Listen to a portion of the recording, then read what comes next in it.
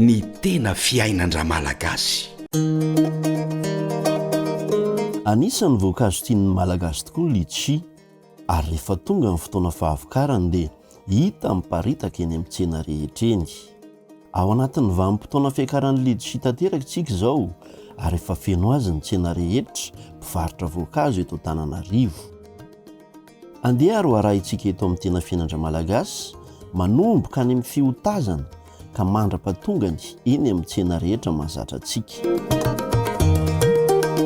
I Tomasina no anisan'ny mpamokatra litchi voalohany eto Madagasikara, ary rehefa tonga ny fotoam-pahavokarany tahaka izao dia miteraka asa maro ho an'ny mponina any toerana izany.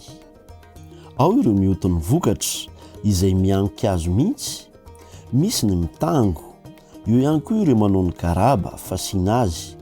Ireo mpamily mpitatitra sy ireo mpamatratra entana moa efa tsy resahana intsony fa tena maro, ary tsy ny avy ao Tomasina ihany fa na ny fiara avy aty Antananarivo aza dia maro ny tonga manao litchi.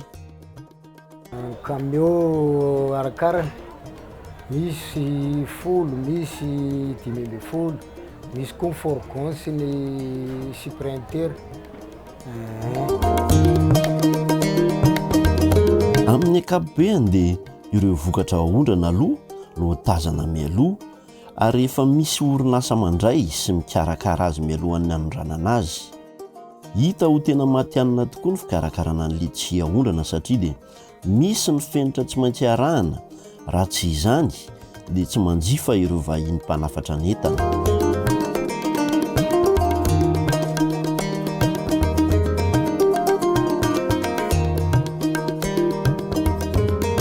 Ireo litchi tsy ahondrana kosa dia alefa miakatra aty Antananarivo.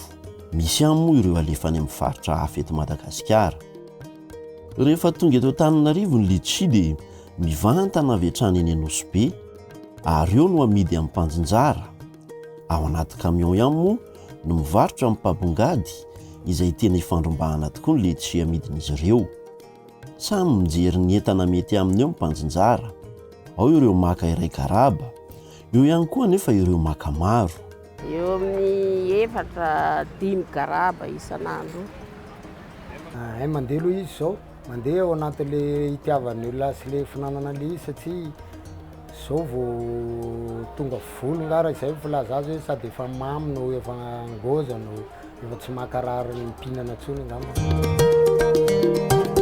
Raha ho any Anosibe manokana dia misy ireo mpandamina sy mpandrindra ny tsena, ary indrindra mitandro ny filaminana mba tsy hisian'ny mpanararoatra mandritry ny fotoanan'ny litchi.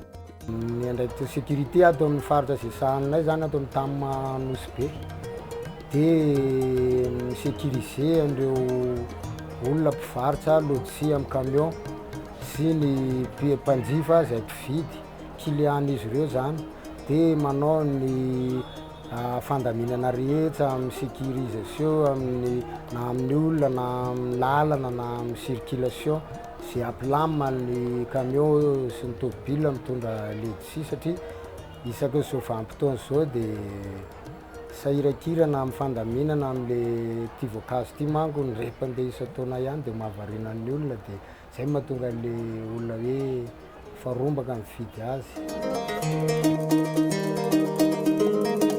Rehefa avy nandalo an'izany rehetra izany ny litchi dia tonga eny amin'ny tsena ho an'ny sarababem-bahoaka, ary eny no manjifa ny tokantrano tsirairay.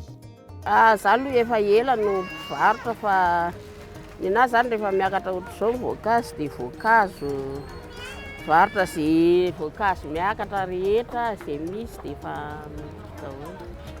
Vidiny amin'ny ambongady aloha amin'izao moramora ihany moa ny tsena koa tsy dia mandeha.